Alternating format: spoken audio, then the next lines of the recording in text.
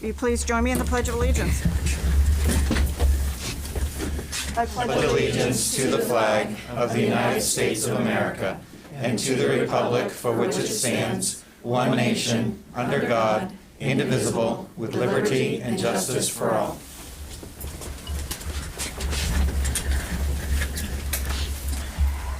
Mr. Howell, any adjustments to the agenda? We do not have any adjustments to the agenda for tonight. Excellent. Thank you. Next up, public input, an opportunity for the public to comment on items not on the agenda.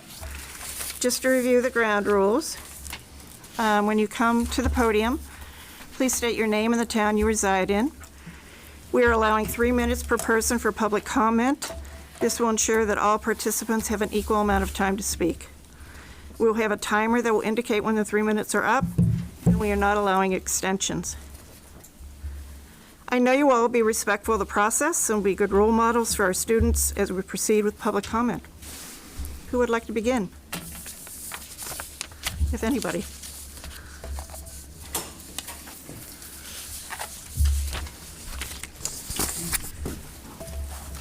Good evening, Ken Clark, Windham. First thing I want to talk about is the masking. And I just want to say I know there are a lot of parents, politicians, and law firms, digging into this. And one organization is kind of on the same page that we are. And I won't reveal where the source is of the site, but it just says as part of the ARP ESSER federal grant interim ruling, districts would help facilitate administering COVID vaccines to students. This means that in order to receive federal funds through the ARP ESSER grant, the school districts had to agree to different items, one of which is to mandate masks. Another is to push the vaccine into students.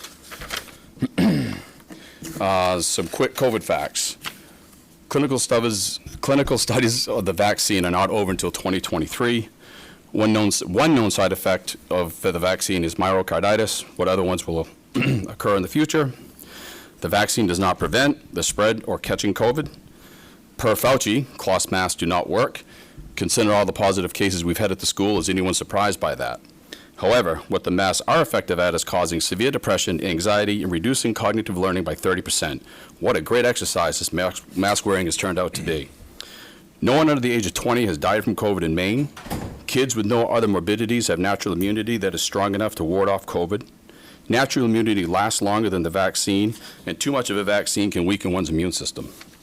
Mask wearing needs to be the parent's choice. If you want to wear a mask, please do so, but you should not make it a cloth mask. You need to make it an N95, or don't even bother, because again, the cloths don't work, so why are we wearing them? If you want to get the vaccine into your child, that's fine, that's great.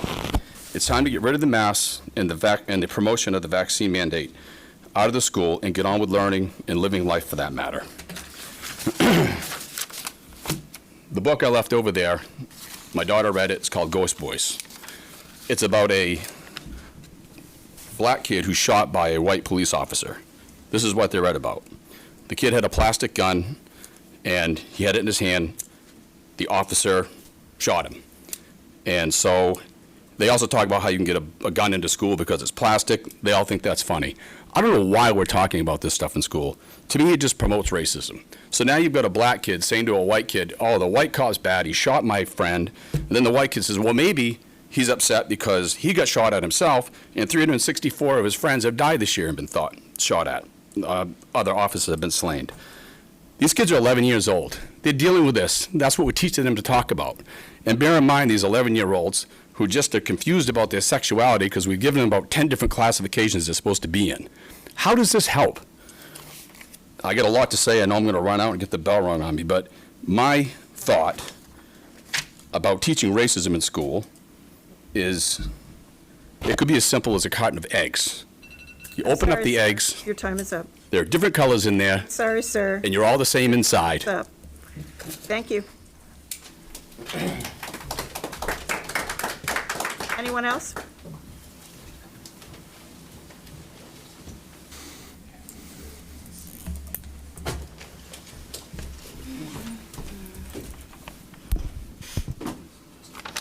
Hi, I'm Kristen Day.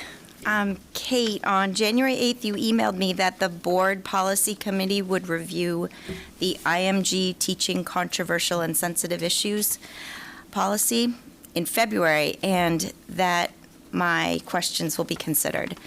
I was really relieved to learn that this board has prioritized this important issue that touches most aspects of our children's education experience, from classroom materials to interactions between teachers and students to civil rights considerations, etc. The policy as it exists is not even 1 page long. An updated, much more comprehensive policy will protect everyone in the district, students, teachers, and administration alike, in outlining expectations, protocols, and procedures. A couple of questions. What is the scheduled date of review? Has the policy committee begun to research this issue ahead, or will all the work begin on the scheduled review date? And do you have an educated estimate of how long the review takes? Kate, you gave a thoughtful explanation of the review process, which I appreciate. It's my hope that RSU 14 becomes a leader in Cumberland County in updating and qualifying the controversial and sensitive issue policy to best protect the individuals of our district during these fast-changing and complex times. I would also like to know what board members sit on the policy committee. If Jenny Butler sits on this committee, I would like to preemptively request that she either responsibly abstain or not be permitted to participate in this review. Jenny is pro-critical race theory, which is not allowed to be taught in Maine schools. She believes in white privilege, where individuals, children, are conditioned to feel, act, and be treated based primarily on their skin color. This is one of the core controversial and sensitive issues a district faces, and her ideology puts her in direct conflict of interest with the goal of creating objective, effective policy for controversial and sensitive issues that will guide our district. If Jenny Butler's not currently sitting on the policy committee, I will be relieved in this instance, but I'm going to continue to remain vigilant. Since she refuses to do the right thing and resign her seat after upsetting ethical violations, I have to pay close attention to what she might touch and influence through her position on the board that can harm my child. I look forward to seeing how the board will address this fundamental, critical policy. And again, Kate, I appreciate your communication and consideration. Thank you. Thank you. Anyone else? Seeing none? Oh, No, go ahead. Still open? sure.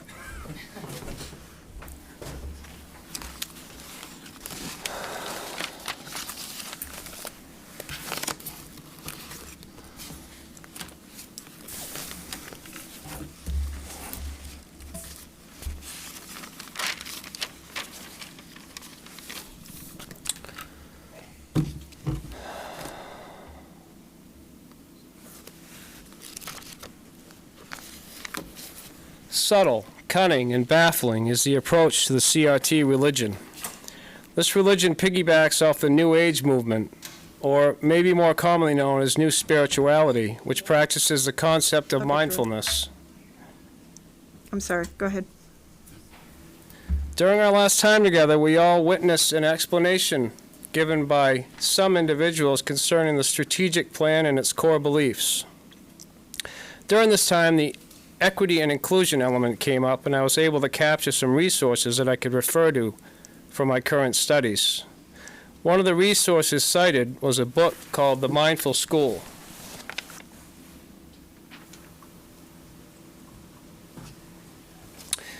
And in the confines of this work on page 80, I discovered in the text an answer to that which I have been searching. This practice by which RSU 14 has adopted as part of their strategy to teach your child is rooted in Eastern religion, a form of religion which has over 1 million gods, from rocks to trees to the stars and anything under the sun. This book tickles one's ears by giving you a false sense of hope by which you can be the master of the universe if you just project your thoughts into wishing and counting on luck, hopefully by chance. This book cites certain social philosophers of the past centuries. One in particular is B.F. Skinner, a professor of psychology at Harvard. He believed that the concept of free will was an illusion, that we are not morally accountable for our behavior. Another quote is from Marcus Aurelius. He practiced fatalism, which purports that we are puppets and we are just living out this existence without purpose. In other words, our lives are what our thoughts make it. Another one you may be familiar with is Albert Camus, an existentialist which believes that we can develop ourselves through acts of our own will. He believed that life had no meaning and that man was unable to know their meaning. What I am saying is this notion of the learning that RSU 14 is cramming into its curriculum is a pessimistic view by which they have stolen tenets of the Judeo-Christian faith, by which we get our Constitution and Bill of Rights, and loaded it up by redefining and reinterpreting it, and structuring it around all forms of world religion. Some of the religions include, but not limited to, all the isms: relativism, existentialism, atheism, humanism, Buddhism, nihilism, Gnosticism, Stoicism, Hinduism, Marxism, communism, and of course, socialism. They relegate their teachings to self-determinism, self-reliance, self-esteem, self-motivation, self-control, self. Other terms they may use are altruistic, moment living, self-awareness, intrinsic motivation. They even cite a passage from the Holy Bible. Sir, This is a Pollyannic view which seeks only Sir, to your time fulfill is their up. inner desires of a wayward sir, heart and a I'm sorry. sacred Brad, turn the microphones sincere off, mind, please. and explain away the creation view. Sir, So they can your undercut time and is reinterpret up. their utopian ideology and shove it down the mouths of our children. Your time is up. You have a real problem with time constraint because we hire you. Your time is We up. pay for the roads your car is paid for by us and it drives off. Do you understand that notion? Your time is up. Your time constraint has no power here. We're the people of this town. And we pay for Your time is up, everybody's sir. time here. We should be allowed more than 3 minutes. When you have your views after Sir. the public comment is closed, it takes you longer than 3 minutes to... Brad, we're going to shut the time meeting here, down, doesn't please. it? Thank you. Is that not true? You have a big problem on your hands. Don't you? And it's on We're going to your go watch. into a It's on 5-minute your recess. watch, and you need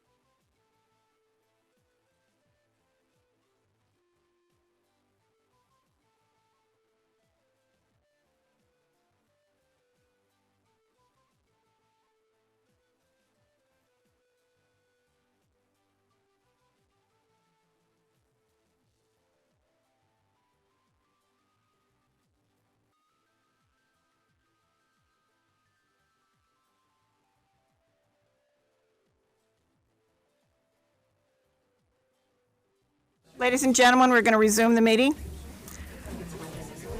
We're going to resume public comment. Who wishes to speak?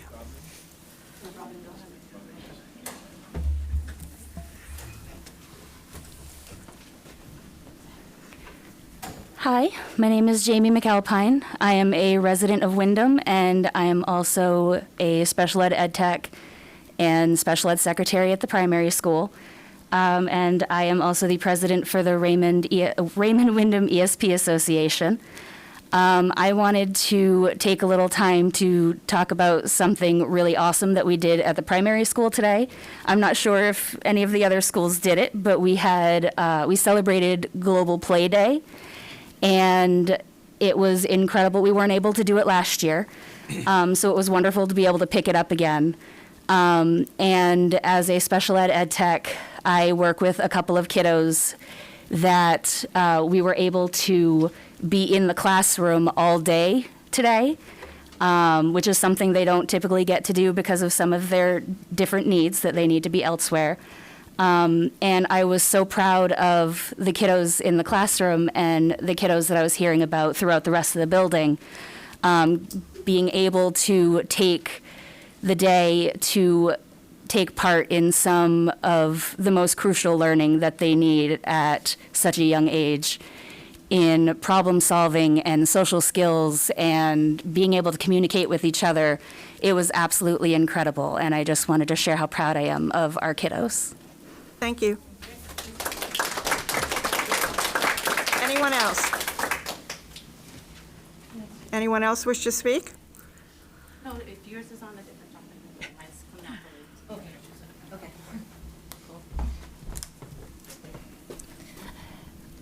Hi, Dr. Robin Frost. I'm from Windham. Thank you for allowing us to speak tonight. I think I have a question, but I will go ahead and summarize and email it to Mr. Howell. But I will present it, and then I'll follow up with the email as requested.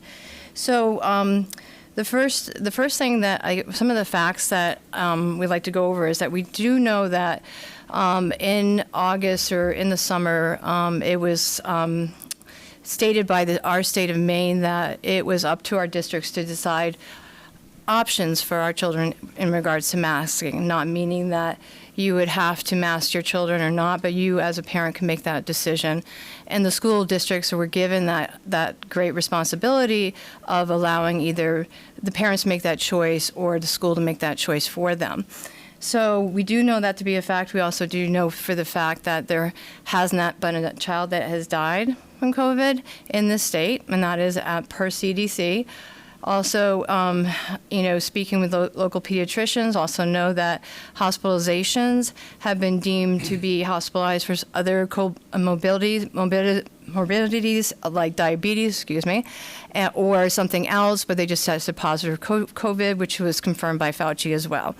So when we know these facts and we look at the decision that an individual district has made in regards to universally masking our children or not allowing an option for that to be, I want to ask a question in regards to the SOP. The original SOP that I looked at on 8/12/21, when I'm looking at the summary of quarantine exception on page 6, I'm looking at this, and I first want to know, and I'll email this to you, who formulates the SOP? I get the feeling from you, Mr. Howell, that this comes from directly from the CDC.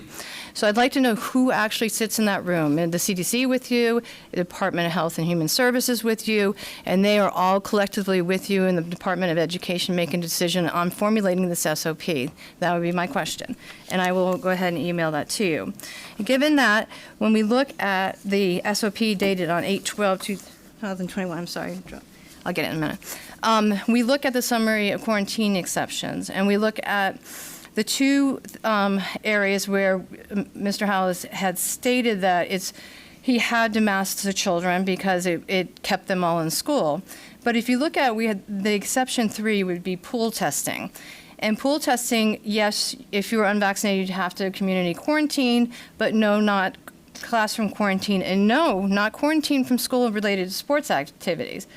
But with the other option, universal you. masking. Very much. It was more of a issue for masking I'm and sorry, and your time is quarantine. up. Thank you very much. Thank So you. I'm sorry, your I'll follow time up is with that, up. Mr. Howell, for you and give you those questions. in I'm regards sorry, your to- time is up. Thank you. Thank you. And Thank you very much. thank you, and have a really good night. I appreciate it.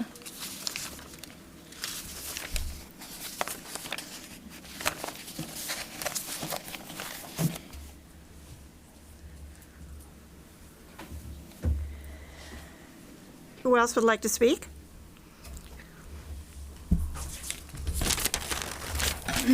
My name's Carrie Grant, and I'm from Windham.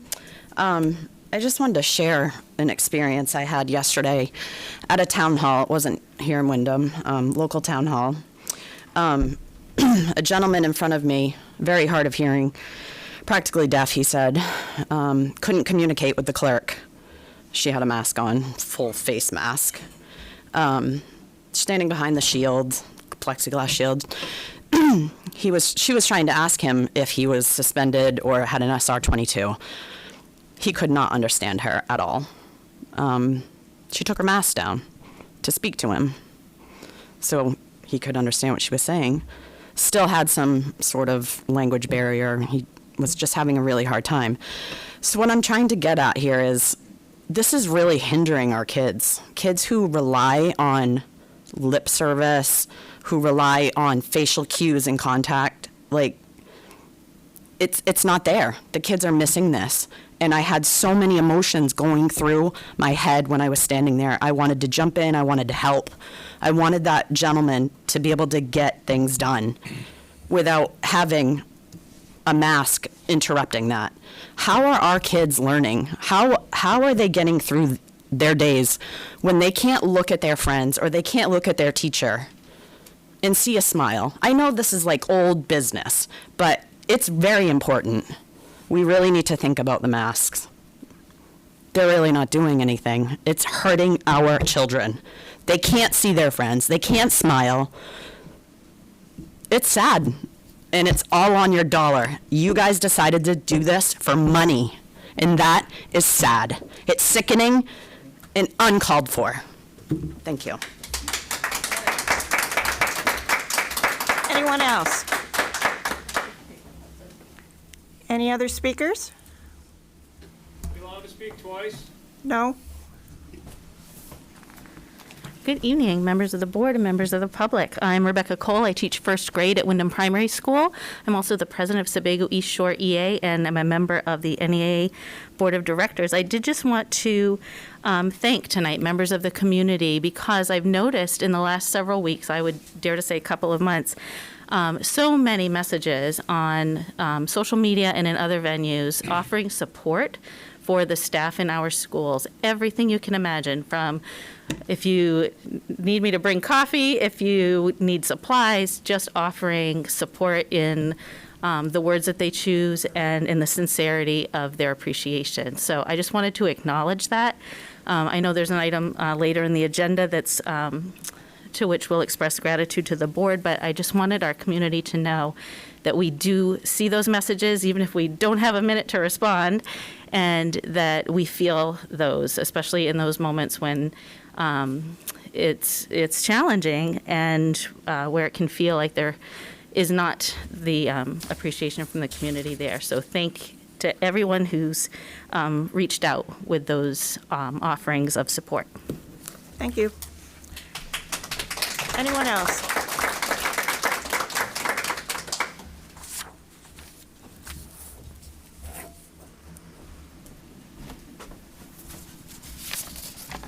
Hi, everybody. I'm Stephen Napolitano. Thank you for letting me speak tonight. I just, so you know, those of you who don't know me, I've coached youth sports for 16 years. I've employed teenagers for the last 22 and counting.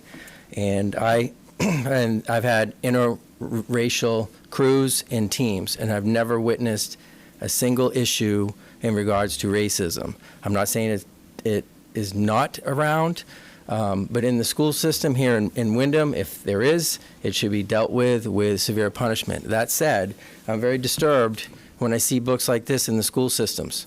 And this one is called Not My Idea. It's targeting young kids, and it says a book about whiteness. So I'll just give you some highlights of what's in the book. This is called, excuse me, Not My Idea, a book about whiteness. This is a book that portrays white parents as deceptive and racist, and it gets in between the child and the parent. Mom, who is that with her hands up? Why is that policeman screaming at him? Bang, bang, bang, bang, bang, as the child is covering her ears. Racism is a white person's problem.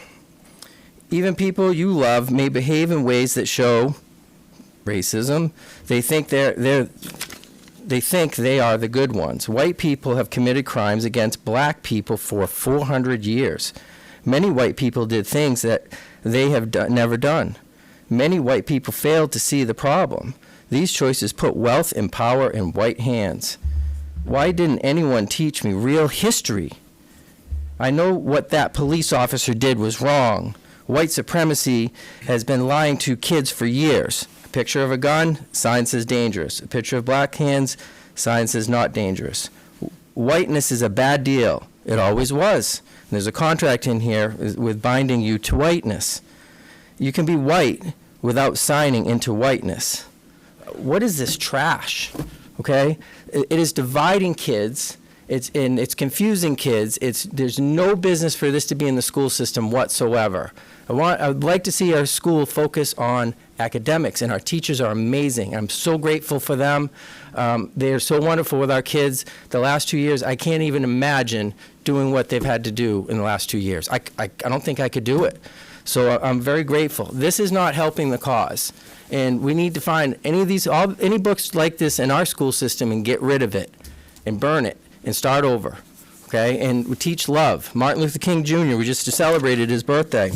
This is not desegregation. This is segregation. It's classic CRT, equity, whatever you want to call it. There's no business for it to be in the school system. And anybody that supports this on the board should not be involved here, okay? So please consider starting the Code of Ethics Committee. Thank you, sir. And appreciate it. And make sure that we're following the guidelines. Thank you very much. Thank you.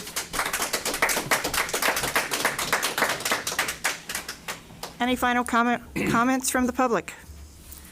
Seeing none, I will close public comment. Let's go to the superintendent's report. Jump right in on a couple different things. I'm going to be short tonight because we've got a busy night agenda. So first of all, it's hard to believe, but kindergarten and pre-K registration and information on the lottery will be going out in the Windham Eagle, I think February 11th, and then the lottery and the portal will open. Put your mic on. Oh, sorry. And the portal opens up. We good now? Should I start again? Go. I'm going to say it really quickly. Pre-K registration is going to be opening up on our portal on February 15th. Believe it or not, this is the class of 2035 and 2036, which it just absolutely floors me that that's going to be our incoming pre-K and our K group.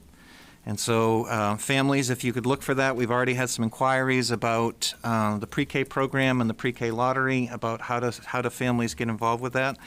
Also wanted to let the board know that Christine did an outstanding job writing a pre-K expansion grant. However, as a district, we did not receive the pre-K expansion grant, which I think we had talked about in one of the December meetings. It was a $500,000 grant to try to expand using some of our local providers. Christine, however, continues to work with the state and is working with several local providers to see if that's something that still we can move forward with and run on our own without those additional grant funds. So more information to come on that as some of those things get solidified and as a memorandum of understanding gets solidified within those groups. But if anything, we want to make sure that families that want to have pre-K, that we can continue to expand options with ultimately the goal of fall of 2026 for any family who wants to have that with the opening of our new middle school, that we'll be able to offer that to our families with that. Also, a couple things that are going to be coming forward to the board, believe it or not. We are in the process of working on the calendar. I say we, Christine Hessler has met with our local vocational group A first draft of the calendar has been developed, and we'll be looking at one of the first meetings in March to go over that calendar and get that forward. For those members of the public and those who may be new to the board, in the state of Maine, for vocational regions, our vocational region is Westbrook, that we cannot have more than 5 dissimilar days with the other school districts that are within our group. So that includes us in Westbrook and Bonnie Eagle and Scarborough and Gorham. I just want to make sure that I hadn't left anybody out. Couple other things that are upcoming. The board will be receiving the 2023 budget on March 2nd, and that will be an opportunity for me to showcase all the work that the A-team has done to make sure that we then get our budget process off to a great start. The board will be meeting 5 times in March. We'll be listening to the different cost centers, and it's an opportunity for us to kind of work through this process and shape, which ultimately becomes our most important policy document, which is our budget. And board members, I'm very familiar with this, and I know we've got a couple new board members. We typically try to wrap up the budget by April vacation, and we tentatively have a public hearing, which would be May 17th in the Windham High School auditorium for presentation of the budget and the opportunity to approve those warrants. One other thing, just want to put on the horizon for everybody, because we are in the middle of a construction project, though you might not be able to see any ground being broken or other things, that work continues to move forward. One of the articles that I'll be bringing to the public this year at the public budget meeting is a reserve account for construction costs. What's nice about this reserve account is we would use existing fund balance, and once the project goes to bond and once we start drawing down funds, we actually can pay ourselves back. So it's an opportunity for the district to put some money forward and then get the money back. But that May 17th date, which will be, again, the public budget, and then looking at, I believe our referendum date is must be June 6th this year, coming up. So this will be the last, I think, non-budget meeting for the board, and you're going to become the arduous process of putting one together for 2023 and for welcoming all the little guys and gals in the class of 2035 and 2036. Hard to believe. You all set? Thank you. Thank you, sir. Let's do board roundtable. I'm going to go straight to Al. The one update I have is the official date for the Windham High School prom has been set. It's on May 7th at the Ocean Gateway in Portland, and the theme is Night Under the Stars. Very good. Something to look forward to. Thank you. Anyone else? I thought you Go were ahead. I thought you were doing this. I can, Oh. if you'd like. Go ahead. Well, wait, if we're going to do that, I'll ask Jenny if she... Yeah, that's what I thought you were doing. That's okay. Sorry. That's all right. I'll be quick too, but I have a few points, and I can never read. Just a suggestion. I'm on a lot of boards. I've been on a lot of boards in my life, and I would really request we would consider when the 3-minute bell goes off, letting the person finish the sentence. And I think it goes kind of 2 ways, because then it puts the onus on the audience to be appropriate and to finish the sentence and be done. But I think, again, my observation being here since August, it's just not a real satisfying interaction back and forth. And I understand in some respects why, and I think that might be really helpful. So suggestion on my part. Secondly, I would suggest, and it's been a real bad week for COVID politically, so I would really suggest that we plan on an agenda to relook at our whole COVID approach. I think there's a lot of things in the news that would support that right now. I would also ask that we would put on an agenda, and I asked this, I think, last time, a meeting with the civil rights team, just to see, what they're up to here, a report from them. And then finally, I'll close by just saying that last time I suggested people contact individual, or at least contact me individually, and I did get some contacts, and that was awesome, and just keep doing it. Thank you. Thank Mark? I just have a question for Mr. Hull, because I'm not sure. Now, in the news, they're relating masking or non-masking with vaccination rates. Has there been any conversation about that? The only conversation that I've been aware of, and I think I shared this when I did the January 5 SOP update. There was at one point, one of the metrics that they were looking to use was in order for a school to forego any sort of contact tracing. At that time, they would have had to have done universal masking and had a vaccination rate of about 75%. That in that subsequent SOP, which must have been, I think, January 11 or so, they removed the vaccination rate and they went straight to, if you had universal masking, that you could forego any sort of contact tracing, which I think people have been aware that not doing contact tracing and doing what we've done with COVID, the number of quarantines has dropped dramatically, and also cases have dropped over the last couple of weeks here. So starting to see some improvements, but nothing since then, and those conversations would have been first week of January. Okay, and there haven't been any others with CDC and? No updates from on SOPs, no hints that anything's coming. That's all I have. I was just curious. Great, thank you. Kate? Okay. Shar? Thank you. So last meeting, one of the statements that I made was that people need to start following what your local, town, state, and federal officials that you've elected are doing. What are they up to? What are they making decisions on? Do you agree with it? Do you not?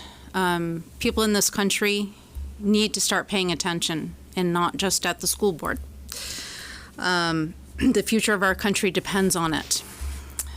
I'll also address something that was brought up at the meeting tonight by a parent. I do believe that age-appropriate dialogue topics and reading content across the board, those decisions need to be made in a partnership with parents and other stakeholders, such as teachers and education professionals, to determine what is appropriate for the different age groups and what do they have access to. Obviously, a topic that you're going to discuss with a 17 or 18-year-old is much, much different than a 7 or 8-year-old. And we need to take a look at that as a school system. These decisions are made based on community culture. The culture here in Maine is pretty middle of the road overall. But even with that being said, cultures are different across the country. And what works for New York City or Portland, Oregon, isn't necessarily the right decision for Windham and Raymond, Maine. And I think we need to really look at that. With that being said, I would like to request again that the school board have a workshop with parents and other stakeholders to have a set agenda to discuss hot topics so we can hopefully answer questions, improve our transparency, and really get to the bottom of what's been going on for the last 6+ months. It seems like it's a waste of time for the school board members. It's a waste of the time for the parents to keep hammering over the same things over and over again. I know Kate and Chris are certainly tired of sending out the same responses over and over again. And again, I'll give you the definition of insanity. If you keep doing the same thing over and over and expect a different result, then that is the definition of insanity. So we need to get to the bottom of it, and we need to come to a resolution, whichever way that goes. Thank you. Jessica?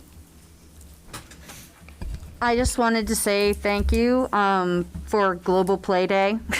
It makes a huge difference in the kids, and I even have volunteered a few times at the primary school, and I always interact with some of those kids, and they love their teachers, they love their classes, they just are enjoying everything you guys are doing for them, and they see that you're working hard too, because it's been mentioned at home that so-and-so had to go attend this class for a few minutes, so they really recognize it, and I just wanted to say thank you. Thank you. Pete? Scott? So I just wanted to give a shout out to the Windham High School ski team. They are having a phenomenal season, especially the girls. And I think that there is a very good possibility that they could bring home states this year. So that being said, My daughter is on the ski team, and I am missing the race tonight. This is not my first race that I have missed, and so after this meeting, I'm going to go home, and I'm going to apologize to my daughter for missing the race tonight, because this is important business, and I want to make sure that I am here for this business. That being said, to Mike's point, that is the exact reason why we cannot go over the 3 minutes. Because we are going to be here until probably 9:30 or 10 o'clock tonight doing this. And for the most part, we get paid $25 per meeting, folks. We're doing this to try and give back to our communities. We're trying to do this to make our schools a better place. And so for us to extend the 3-minute mark is going to be extremely difficult for us. I agree with what Shar has to say. Initially, I was not in favor of doing a public workshop, but I think at this point, I think it is probably in the best interest of everybody to do a public workshop, to allow the public to come and voice their concerns and put a 10-minute timetable on things so that they can ask a question, get an answer. If they're not able to get an answer, we will email them back. I think that is going to clear up a lot of what is happening tonight.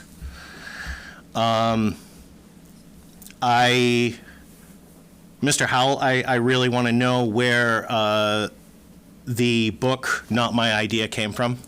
So if you could please indulge us at some point. That is pretty curious to me. ESSER funds, the requirements, I heard that question come up tonight. That is the same question that I had asked. And I will say that from what I learned, that is, there are not requirements. There is information out there that is false. These are not requirements to receive ESSER funds. The government just simply wanted to know if in any category you are doing will be met. But even if you did not meet any of those categories, did not limit you from any funds whatsoever. So I will say that. I can't wait until November at this point, folks, because I'm done with this. I am so done with dealing with what we have been going through over the last 6 months. I'm going to serve out my term. I'm going to serve it to my fullest. I'm going to come to every single meeting that I possibly can, and I'm going to listen to every single one of the individuals that comes up to speak, and I am going to serve you as best as I possibly can. And to Al and all of your colleagues in the schools, I am going to serve you all as best as I possibly can. But I am so tired of this. And that's all I have to say. Thank you. Just a quick comment, based on public comment, that the policy committee has met. They met last Monday. We discussed IJJ, instructional and library material selection. We discussed ILD, educational research. We discussed IMB, teaching about controversial sensitive issues, and we discussed IMBB, exemption from required instruction. So we are following our timeline, and I'll report out later during committee reports. Let's move on, and I'd like to welcome Manchester Elementary School, Danielle Danini, and Crystal Vargo Ward. Yep, that'd be great. Welcome, happy to have you here, and to learn about Manchester School. Thank you for having us. Can you hear us? Yeah. Okay, thank you. I'm Danielle. I'm the principal at Manchester. I want to thanks for the opportunity to talk about Manchester School and what we're up to this year. I want to acknowledge right off that, yeah, it's been a hard year. It's been unexpectedly hard. We didn't really think the pandemic was going to roll through this year. It's been hard on families and students and staff because of the pandemic impacts.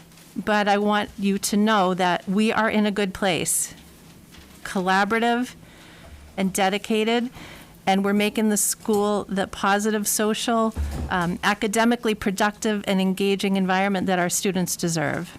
And so in this really short update, I'll talk just a little bit and then I have a video. When we all, as administrators, came up in the early fall, just to let you know how we helped to settle kids back in at this time where kids had been coming from homeschooling and hybrid schooling, and some kids with full 5-day schooling and move-in students. We really updated you already about our social emotional learning and inclusion SMART goal and the layers of that so that kids would really feel involved and important in their new school community, and all the opportunities they had to have voice and help create the culture and the vision in each classroom. So moving past that, I just wanted to update you that we've had a variety of professional development opportunities brought to us from our own staff. We have a really capable and competent staff of social workers and speech clinicians, and they've helped us to be better at helping our students with social emotional learning and social language. So we've done our professional development so we can keep helping kids along the pathway, because they've missed a lot of opportunity for social growth and development, and that's really the foundation of all the other learning. So that went really well. Some of the things that we've rolled out across the school are just common language around whole body listening, what is the group plan, and managing the reaction to the size of the problem. So those are some specifics. And then in addition, I know you had asked earlier in the year, will you have the supports you need to help kids who need even more? And I'll let you know that we, through the collaboration of our teams, our support teams, and our families, we've identified there are about 70 currently students who are receiving one-on-one or small group supports, either through our school counselor, our social worker, or our embedded Sweetser clinicians. So that we're really proud of that, and it's helping the kids, and it's helping the families, and it's helping teachers teach. Switching over quickly to the academic picture, I think you have in your packet a little pie chart, just a two-pager, that really simply shows the growth in reading and math from fall to winter. So if you look at the first chart, it is reading, and if you look at the fall, you can see sort of a peace sign there with a little too much red on it, and it shows there's been learning loss, and students in the red are 2 or more grade levels behind. That was coming in the fall. And this is both grade levels combined for just a big picture snapshot. And then you could see in the first weeks of January, we redid the assessment again. And if you look at the pie chart and think of it as a clock, really where you want to see it is moving clockwise. So red's turning yellow, yellow's turning green. So 100 students were in the green in the fall, 170 by winter. I think that really is a wonderful tribute to all the work that teachers and support staff and families, and even school lunches, feeding kids at school, and healthy breakfast. So that's a celebration. And then the last graph I have is just the next page, same thing, and it's math. And as you know, if you've been around for a while, math's always has been more challenging at our school and at the district level. But the red is turning yellow and the yellow's turning green. So students really are at all levels making growth, and it's because of the real commitment and work and differentiation and the team collaboration and our teachers and family support. So that is that. And then the only other thing I have is probably the best 15 minutes of your day. It's a video. And we just have, we asked students to share something that they, or the teachers wanted to just give the kids a minute to talk about. And it's a representation of both 4th and 5th grade across about 7 classrooms. And you said they will work on the sound? Okay, all right. We love seeing students, so thank you I for know. bringing this. Yeah, this is a good way to do it. Yeah. What you wanted to make and sell. So what my group did, we made wind chimes out of plastic materials. They all had to be out of recycled material mostly. So like paper, water bottles, cardboard, markers, paints. What I liked first about the Market Day project was mainly creating, and what my group did was plushies.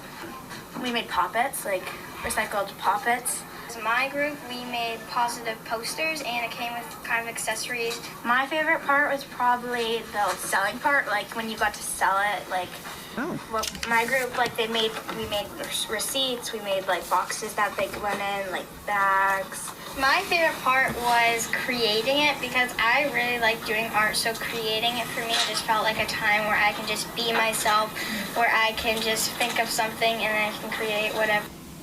Uh-oh. Of course, this didn't happen at school when we No, watched of course it. not. Oh, Too shoot. many people on the Wi-Fi. Maybe.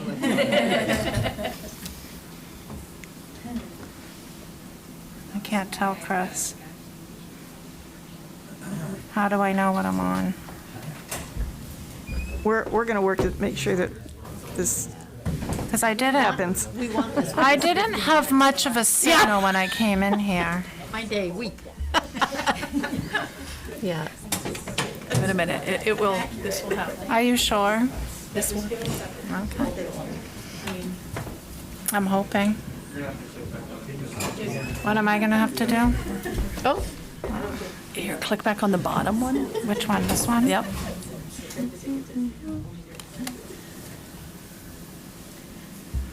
Thanks, Al.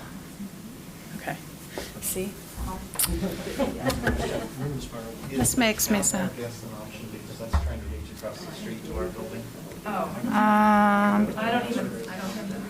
Do I look at other networks? Other networks? Yep, go to the networks and see if Town Hall guest shows. Keep coming down. Whoops, shoot, no, I lost it. No, I lost it. Shoot, I just clicked out of it. Shoot. Nope, go back to, no, you're good. Is my video back here. on there? Okay. Right here? Yep. Other networks. Yeah, just And left click it. I'm just, Town Hall open? Yep, try that one. Just give it a second and, For those watching, we're trying to get the video back up to speed here. and then let's just go ahead, hit pause for a second, let it catch up. Because we really, really, really want to see students. You're good. That's always the fear when you're up here waiting. Oh, crap.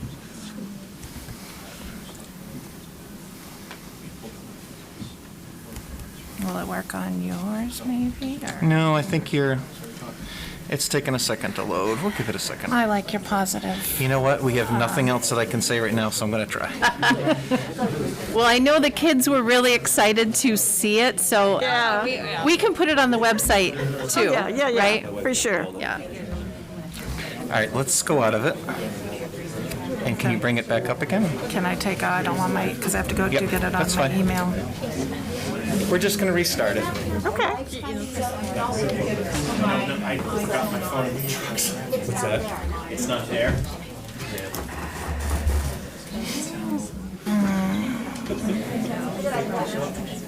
Thank you. You want to try that one? Yep. Or did you try that I one? did this, I did this one. Well, try that one. That's the one. They're the same thing, 2 different I don't ways. know why that. All right, so. You could fast forward the first minute if you. Oh, no. We're good. Is it on Town Hall? Yep. All right. Click play and then. Just stay positive. I'm staying positive. So the And just market fast forward to day Strike. was about those puppets. All right. My group, we made Hey, we're back. Here we go. Here we go. kind of accessories. My favorite part was probably the selling part, like when you got to sell it. Like, well, my group, like we made receipts, we made like boxes that they went in, like bags. My favorite part was creating it because I really like doing art. So creating it for me just felt like a time where I can just be myself, where I can just think of something and I can create whatever I want. And you weren't alone. You could do it alone, but a lot of people in our class had a partner, so they could always have help and they could like combine their ideas and make a better product. Me and Brady made some origami and some paper ornaments. It was a little challenging and we had to only use recyclable materials. What I liked about it is that you got to work in like a partnership and you got to like choose who you got to work with. Having a partner is really helpful when you're working by yourself. It's kind of hard to make some things, so you can like combine your ideas together to make something really cool. A good thing so like if you have a partner, it's really good because say if you had an idea, your brains are probably not the same, so that if you both had ideas, you can smush them together and create something very unique. That's why I think partners are helpful. Yeah. So what is a subject in class that you feel that you were learning most from this school year? Math. Well, we're going through every single step of problems. Like, we learned decimals in a few days, and we learned adding them in a few days because we just go through every single step. Making it like more like energetic and like not so boring. She makes it like nice. So we actually want to do it and like want to learn about it. We play games against each other. Like sometimes we do like almost like Candyland, but it's math revised. I used to dread math coming in. So fourth grade, I used to dread it, but now I feel it was better. It was way harder to learn math with hybrid, where we're only going 2 days. Okay. Yeah. So what has made a big difference or helpful this year? We go 5 days. We go 5 days a week. We go 5 days a week learning all the math. Our teacher goes through every single step with us, and if we need help, she'll go through like 2 or 3 problems with us, and then we'll get it. So if we put math aside, what has been some of your favorite projects so far this year? The holiday project and the government. Yeah. We were in groups for the holiday project, and we got to learn about different cultures and different holidays. I'm excited for the rocket ship one. Yeah, shooting off rockets and trying to make them land. Yeah, make them land perfectly without breaking an egg. And then we had the government project. That was fun too. We got multiple choices. We got multiple choices for our project, and I think that really makes it better. Hi, my name is Cody Ruth, and this is Devin Anderson, and we're both in 5th grade. We were working on space trifolds, and we are both for space travel. We did mystery science discoveries about star brightness, gravity, and shadows. Shadows are formed when an object blocks light from the sun. The sun controls shadows. I believe that space travel is worth it because you can bring animals into space. Some astronauts can have fun in space because most people think it's all work that they do. But you can have fun with the take a picture with a small Earth in the background. You can meet other people from different countries and learn their different cultures. And then the last reason why, and I think is the most important reason, is because someday when the sun explodes and scientists think around 5 million years, which you would think would be a long time, but really that's kind of short for human life, and by then we're going to need to find another solar system, which we have found many planets that we probably could live on, and by then, if we never learned space travel, we could never make it there to keep having humanity and life living forever and ever. I like it. Hi, I'm Hazel and I'm a 5th grade student. Hi, I'm Amelia and I'm a 5th grade student. And we are against space travel because it costs a lot of money, it can damage your health, and lastly, you can die. And those are 3 very important reasons. Like, we read some books and stuff on space travel. We read it pro and con, and then we chose which one we think which one we agree with. And so we both chose con because it's really dangerous. Thank you. I enjoy with this class how we get to go out and work outside with it. We can take our masks off. And it's kind of fun to just be able to go outside in school and take a break from math and reading and social studies. So I like it when you get to go outside. And when you go outside and would water the flowers and stuff, not water the flowers, and also when we go outside and get to eat the cherry tomatoes and stuff. I enjoy just being here with others because last year I didn't get to see anyone because I was homeschooled, and I just being here with others. Same with me. I think it was really cool that we got to cook in school. I've never done that before. We've also done a lot of research about cows. We've taken a Zoom with a farmer to tell us more about cows. Cows eat chocolate and they can get coated.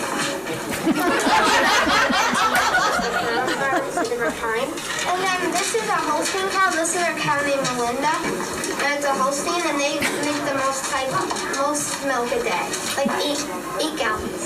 So the first ever cows that were dairy cows in Maine were at the Smiling Hill Farm, and I thought that was pretty cool. I learned about science because in any of my grades I never learned about science. I kind of like the energy topic. It's more easy to understand. I like times because I've never known what times is, and it's extremely hard when I didn't know it, but now I know it, so it's really easy. I think about a lot more in math since now that we're here 5 days is a lot. I can understand it a lot better than I did last year when it was total remote. I liked when we did the animal houses and all the experiments that we did. I like reading because we do book groups sometimes, and I like reading books.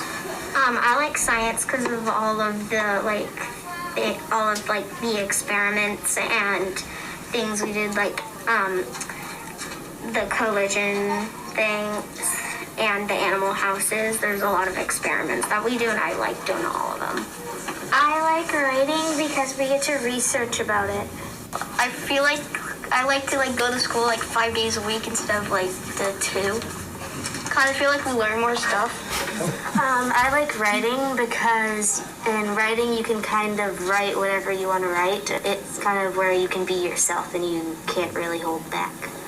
I like writing because you get to just sit there and it's quiet and chill and just write about stuff that you like. The favorite project that we did in science was the animal houses because we got to show our creativity. I like the animal houses because we just got to build things and it was really fun. I also like the animal houses because we got to pick whatever animal we wanted to build the house in. I liked when we did the bounce experiment with the balls. I liked the one where we could build our own project where we had to use each energy source, because then I could take random ideas from my brain and just combine them into something. Me and my friend made a robot dinosaur that uses solar energy to make food. I liked when at the end of each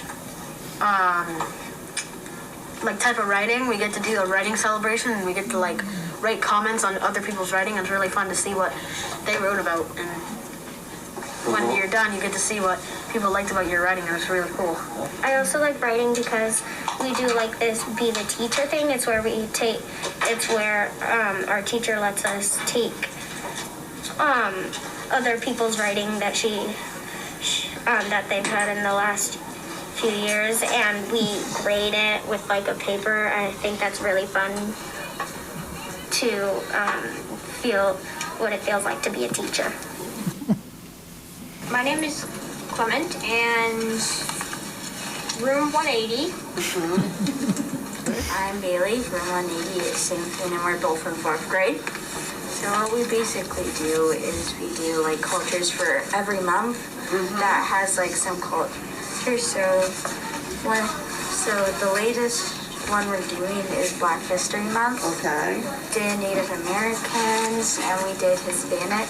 We actually have one of our projects from the Native Americans that we did. So what we did is we wrote information on one side. This one is plains and woodlands. This one is Eastern woodland Native Americans and Southwest Native Americans. I just like the way that the Native Americans lived in history.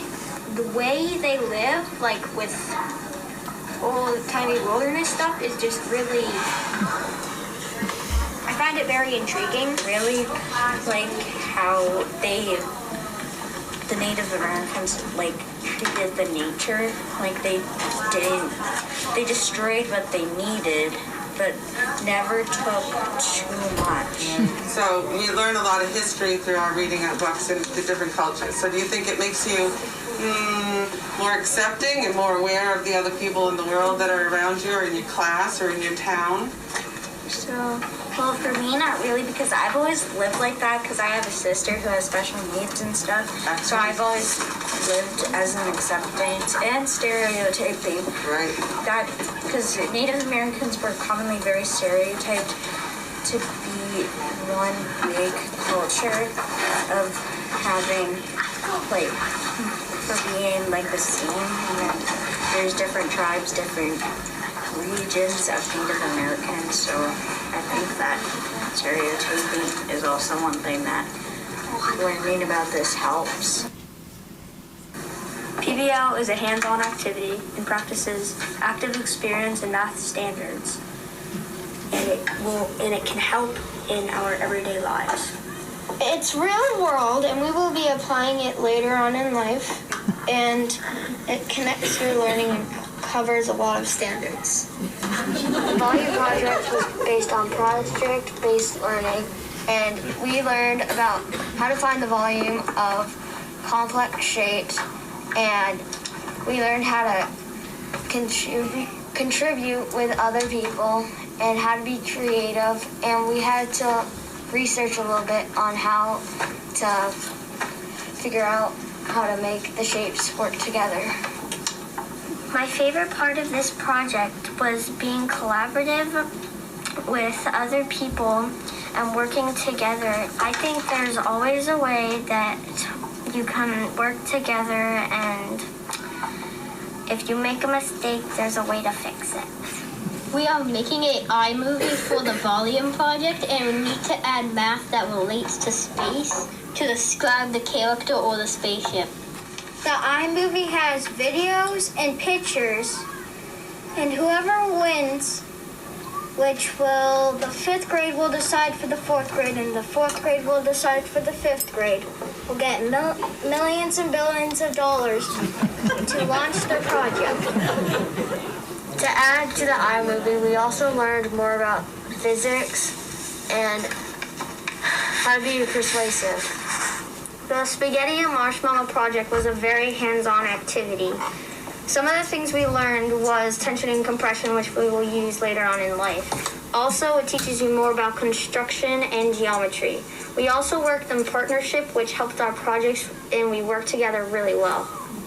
One of our future projects is that we're going to use some of the money we made from winning the Spaghetti and Marshmallow competition and winning in the geometry project to go to Lowe's and build our dream houses, where we have to learn about geometry, budget cuts, and all sorts of fun stuff along those lines. But we also have to use math to calculate how much square meters it will take to put our house in the specific location we would like it to be in. I love his enthusiasm. As we've shared, are collaborative, real world, and challenging. We'll continue to do these all year.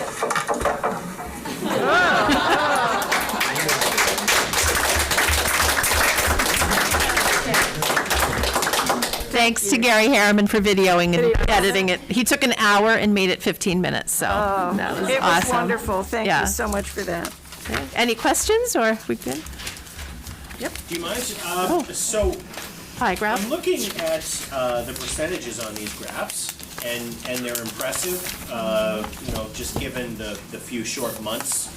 And what I would really love to see is, would you be able to come back either in the spring or maybe even next fall, and so we can really see what this last year had as far as an impact goes, because that's how I'm kind of reading this right now. And I think that the fact that these kids are in school 5 days a week is having a significant impact on their learning. And so yeah, Sure. I would love to see the progression. Definitely. And I think, probably speaking for Christine Hessler, that will be in our annual report. She's nodding. Nodding? Yeah, okay. I have that for every Yes. school coming to you soon. Oh, great. Thank you. You're welcome. Anybody else? Question? Well, I have to say that the video was the highlight Yeah. of the night. Well, and the kids were very excited to do it. They were so proud to We're really share. pleased that you brought that, so thank you both. Well, thank you. Thanks for having us.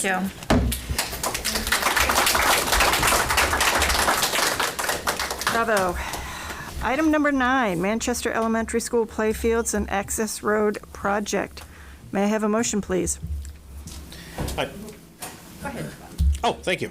I move to authorize the superintendent to execute and deliver the easement agreement with the town of Windham for athletic play facilities at Manchester School in form presented to this meeting, with such changes as the superintendent deems advisable in consultation with legal counsel. Second. Thank you. Any public comment on this motion? You know what? I'm going to jump to you before we get Sure. the board comment. Sure, just so a couple things and just a reminder for the public. So first of all, this is a 20-year easement granted to the town of Windham, and it's to develop a large multipurpose field, 2 baseball fields and 2 softball fields on the Manchester property. What's kind of, more than kind of exciting is that this was a plan that the former Windham School Department had in place in 2003, but ran out of money within the high school project in order to be able to carry it out. So we are excited about the opportunity for those additional play fields, and the way that the easement works is that the town is going to cover the costs for this easement, and the RSU will have sole use of the facilities during school hours, and outside of school hours the town will be able to schedule it. And if you think about it, if this is Little League, these are Little League fields and softball fields, primary users are actually the kids are going to be in that building, who will then have that opportunity to have that. The motion is a little different.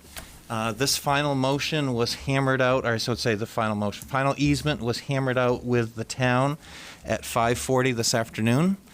And there is nothing substantial that's changed within it. The last comments were, what happens if the town disturbs the Manchester leach field, which is located next to one of the properties? What's the process going to be for repair? That was hammered out at 5:40 this afternoon, and so nothing else that I presented to you earlier has changed. That was the last final piece. So the agreement has been finalized, and again, we're excited. Probably we'd be looking at not spring of this year, but the following spring. There's still some permitting pieces with DEP that the town needs to do, and once that's established, we'll bring it to facilities once we have a better idea of when construction can start. But the RSU is not giving up this land. It's a 20-year easement, and it does preserve the option that if the RSU needs to build a school on that property, that there's mechanisms within it for removing fields, and for making sure that that construction can happen. Perfect. Any board discussion? Comment? Well, please. Sorry. Please do. When we first talked about all of this, I think part of the discussion, and I can't remember if it was like with the town or with us, on when they put that in and it has that side road that comes out onto 115. Yep. And I don't know if it ever got hammered out, whether there would be a traffic light there. There's currently not plans. There'll have to be a traffic study, but there are not plans for a light there presently. I know Maine Department of Transportation is looking at the light sequences all through North Windham. In essence, actually trying to reduce the number of lights because of how much traffic gets held up. At this point, I am not aware of any plans for a light for that exit. And I think that's going to be part of the further traffic study when the bypass is finally established. It's going to run from where Home Depot is over to 115. Yeah, because I think, and the only reason I bring it up is something to keep in mind, is the fact that we know it's terrible to try to get out of the poor Manchester School onto 302, but getting out on to 115 is really not going to be too much better because it is so close to Booty's Corner there. So even a light, even if it was a pressure plate light, so it would only go off when buses or whatever were going out there. So it's something to keep in mind when it comes up again to try to do. Thank you. Anyone else? Of course. Chris, did you say that construction would not start until spring of 2023? Yeah, at this point, it's highly unlikely that all the permitting and all the planning and all those other pieces will be finished. If the timeline moves up, we'll see. I think realistically, we're probably a year out. So why are we voting on this so early now? The town is bonding the funds in order to the 1.3 million, and in order for them to actually even go out to bond council, they need to have the easement. You set? Okay. Well, I'm excited about this project. I think it's a wonderful partnership with the town, and it's going to be terrific for our students, so I'm very excited about it. All those in favor of the motion? Thank you very much. Item number 10, RSU 14, employee recognition. May I have a motion, please? I move to authorize the superintendent to implement a $600 appreciation stipend for each employee of RSU 14 in recognition of additional work completed and outstanding service provided to the RSU 14 school community throughout the COVID-19 pandemic. Seconded. We have, I think we could all second this. Any public comment?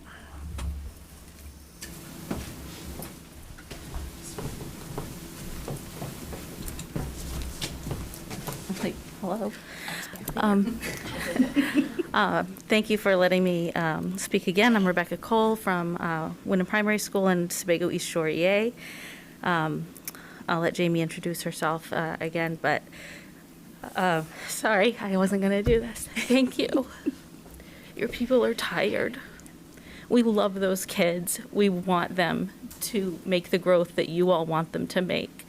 And we know we got to take care of them first. And that involves, I would say, even more stress and work and laying awake at night than it did last year.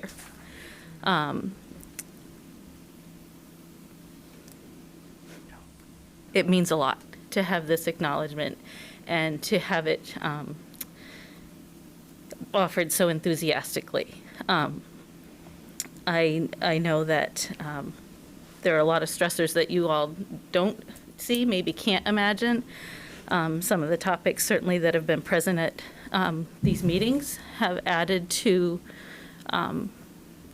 the burden on many of our educators, and that encompasses a host of titles, not just classroom teachers. I'm going to let Jamie talk so that I don't actually start crying and get mad that I cried. I'm Jamie McAlpine. Thank you again. This is, it's huge. I know we did a lot of work last year on a new contract for our support staff. And they were all so incredibly, thankful and grateful. And this is just a huge extra, wave of motivation. So many of our people have, like Becca said, are stressed. We're tired. We're taking our babies home with us every night, even though they get on the bus at 3:00. People are wearing 6, 7, 8 hats throughout the day, and we don't know what we're going to do when we get in. We have plans, but sometimes we have to throw them out the window and just do what we can to make sure that our kids are happy, safe, and learning. And this means so much. I've gotten a lot of great feedback from our ESP staff as well as our teachers, and thank you guys so much for being so enthusiastic about helping us with this. Thank you. Thank you both. Anyone else from the public? Any board discussion? Any comments? Sure. I just want to clarify for the folks that are out there in Cyberland and here in the audience that the funds are coming from monies that were budgeted to fill positions for the school year that were never filled because of shortage of staff. And we as a board discussed heavily and recognized that the employees of the RSU have stepped up and covered 2, 3, 4 positions, depending on the day, and gone above and beyond and done a lot of extra. And we did have discussion about how, employees at other companies have done the same thing over the last 2 years and been asked to go above and beyond. And so this is what we can do to recognize what our employees have done to step up and support the organization as well as the students and parents. So just want to let the taxpayers know that this is just basically surplus because of positions that weren't filled, and it's using the funds that were already dedicated to cover those positions. So. But with that being said, thank you, everyone. I, as a board member and as a parent of a student in the RSU, appreciate everything that's been done the last 2 years, and thank you. Go ahead. What she said, and more. Thank you. Teachers have stepped up, support staff have stepped up, and it's just an incredible job. It's difficult. I understand the tears because it's like, yeah, me too. Wish it could be more. We talked about and deliberated about amounts and wished it could be more because the job is difficult for everybody and filling in and doing things that you were not expecting to do at the very beginning of the day, but you do because that's what you do. So thank you from the bottom of our hearts. Mr. Howe, is there anything that you'd like to add? No, I want to echo what everyone said tonight and just also thank you to the board for considering this. I know we've had a talk about this at multiple meetings, that it's been a difficult year for staff. It is only through the hard work of our staff that we've been able to stay open. I know we've had to go remote at Windham High School and Windham Middle School for a few days, but otherwise, compared to many districts our size, we've stayed open, and that work has been through our staff who, again, on many different days have done different jobs and have stepped up and have really kept a kid-focused atmosphere and a kid-focused environment. And so just, again, thank you for the work they've done, and thank you for the board for considering this. RSU 14 is a great place. It's a great place to work. And I'm just thankful that, we can recognize all our employees this way. Thank you. Any other board comment? Okay. All those in favor? It is unanimous, 1,000%. Item number 11, bus driver retention bonus. A motion, please. I move to authorize the superintendent to implement a $1,000 retention bonus for bus drivers in RSU 14 in response to the significant shortage of certified bus drivers in the state of Maine. Second. Thank you. Mr. Howe? This has been something I know, again, that we've also talked at board meetings, that there is a significant shortage, and there's a significant shortage in the pipeline, and we have outstanding bus drivers who go, again, above and beyond, but we're short-staffed this year, and it's difficult. I know we had one day where we had to cancel a bus. That's the first time in the history of the RSU that's ever had to happen. And at this point that we can't, we have districts that are around us that have offered similar things, if not higher things. We really appreciate our bus drivers, and we want to keep them around. And again, also just want to thank them for their days that they've taken on other routes. There's other days where people have stepped in and taken on extra things, and we're just thankful for them. Thank you. Any public comment? Board discussion? Marge?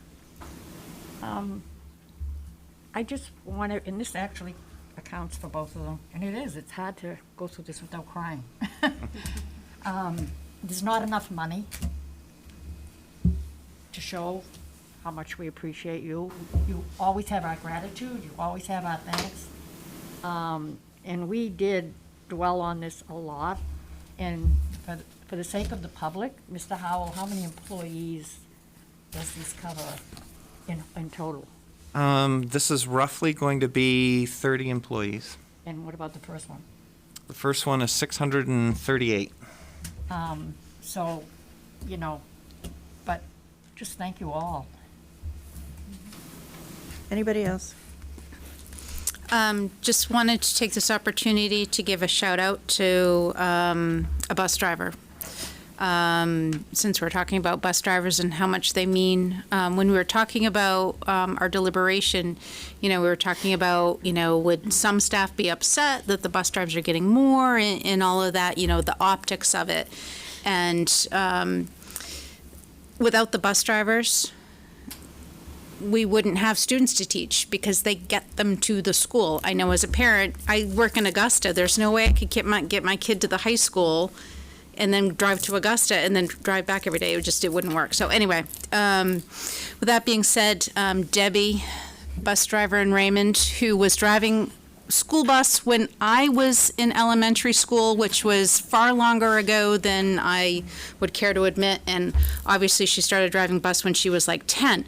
So the other morning, I'm driving up our private road. We can see 302 because we live off 302, and Phoebe, being the typical almost 15-year-old, was late to get out the door, and I see the bus go by, and I'm like, damn it! And we get up there, and I see Debbie turn the bus around and come back because she had seen my headlights coming up the road. So, Debbie, I don't know if you're watching or not, but thank you so much for doing that.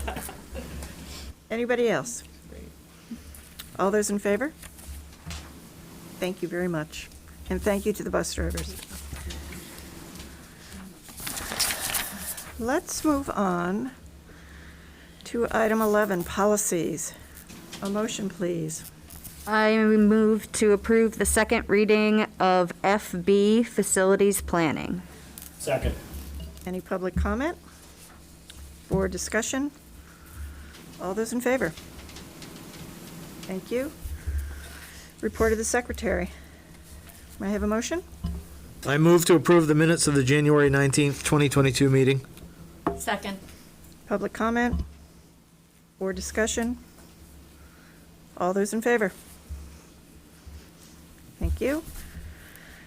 Committee reports. Let's start with finance. Finance is not met. Facilities, middle school, Is not met. cross that off. Curriculum, We're probably, we presume we're going to be meeting in very early March. More information to come. Just trying to nail down a date and agenda. thank you. Adult ed. We have a meeting this week. Okay. Vocational? No meeting yet since the last time. No. And Al, I cornered you at board roundtable. Do you have anything else you'd like to share? Nope. Okay, great. And let me just take a moment for policies, if I might.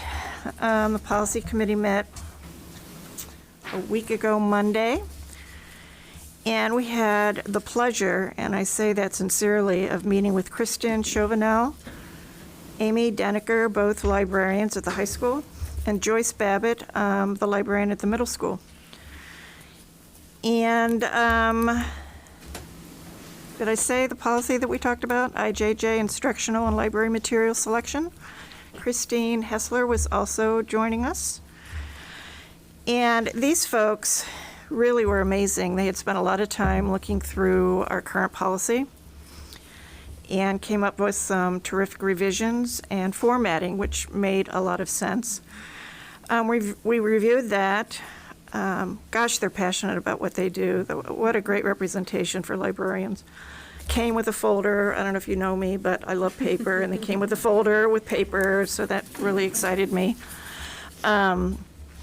We reviewed Drummond and Woodsom's suggestions. We had sent our current policy to them, and it came back with lots of, as only they can do, red and lines and suggestions. We also had MSMA policy to look at.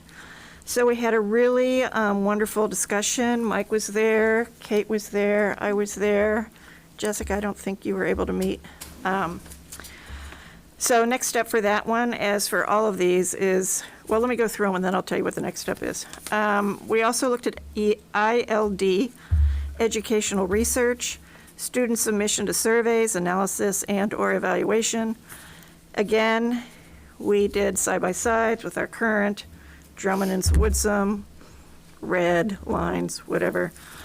Talked about it and what would meet our needs. IMB, teaching about controversial and sensitive issues, same thing. And IMBB, exemption from required instruction. All of these policies, we chewed the fat, so to speak, and sliced and diced it.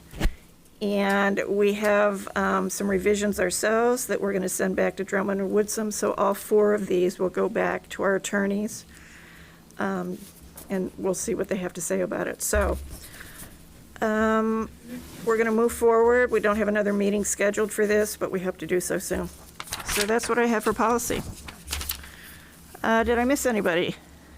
Nope. Excellent. May I have a motion to adjourn the regular meeting? So moved. Second. All those in favor? Thank you. Good night, everyone. Thank you for joining us.